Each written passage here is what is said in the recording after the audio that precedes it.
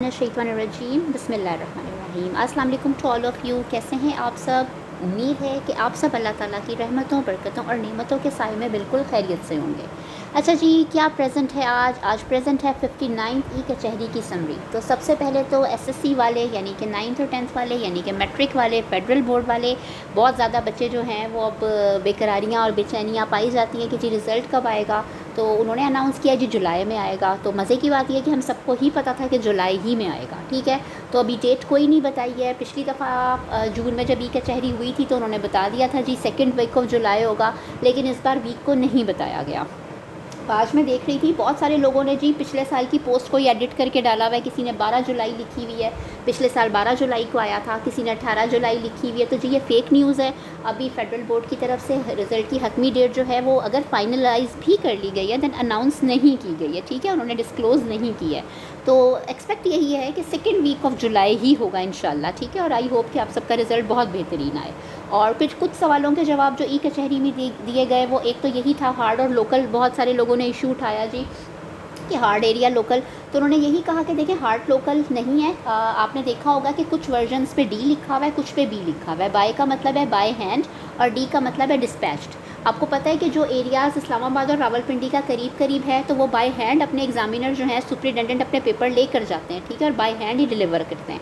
तो उन पेपर्स को हम बाय हैंड कहते हैं, उनके लिए बी वर्जन लिखा हुआ है। अब जाहिर ही बात है अगर कोई बच्चा लाहौर में है, कोई कराची में है, कोई पेशावर में है, कोई कोयटा में है, तो क्या रोज़ ही वो फेडरल बोर्ड के ऑफिस से या जहाँ से भी उनके पेपर जो है वो सर्कुलेट करते हैं वहाँ से तो नहीं ले सकते। तो वो जाहिर ही बात है कि डाक के ज़रिए या जो भी उनका प्रोसेस है उसके ज़रिए वो उसको पहले डिस्पैच कर देते हैं जहाँ पर से भी उन्होंने सुपरिटेंडेंट ने पेपर रोज़ कलेक्ट करने होते हैं डेली बेसिस पे। तो ऐसे पेपर को डी वर्जन का नाम दिया गया है, ऐसे को डिस्पैच कहा गया है। 2 वर्जन्स बनाने की जो वजह है ना वो सिक्योरिटी रीजंस हैं, ठीक है। सिक्योरिटी को मद्देनज़र रखा गया है और ये अच्छी बात है, ठीक है। तो इसमें कोई ऐसी परेशानी की बात नहीं है, ठीक है। और बाकी ये कि और कोई ख़ास बात नहीं थी, सब कुछ वही पुराना, सारा कुछ वही था। एक चीज़ और थी कि जी अगर कोई बच्चा एग्रीगेट में पास है तो उसको पास कंसिडर किया जाएगा। यानी फ़र्ज़ करें कि अगर कोई बच्चा थ्योरी के एग्रीगेट में, अगर फ़र्ज़ करें कि लेट्स होप के केमिस्ट्री में 33% वाला पास है, लेकिन एक बच्चे के 31% आते हैं, ये प्रैक्टिकल को निकाल दें क्योंकि प्रैक्टिकल भी पास करना ज़रूरी है और थ्योरी भी।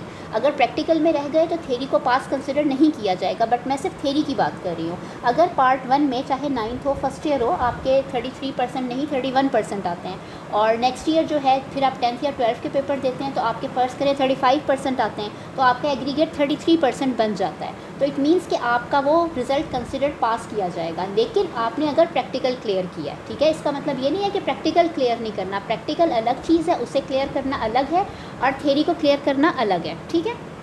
चलो जी, मैं एक और मिसाल दे देती हूँ, उर्दू की दे देती हूँ। लेट्स सपोज़ कि किसी के 29% आए हैं, ठीक है, उर्दू में और पार्ट 1 में, चाहे वो 9th है चाहे वो फर्स्ट ईयर है, ठीक है।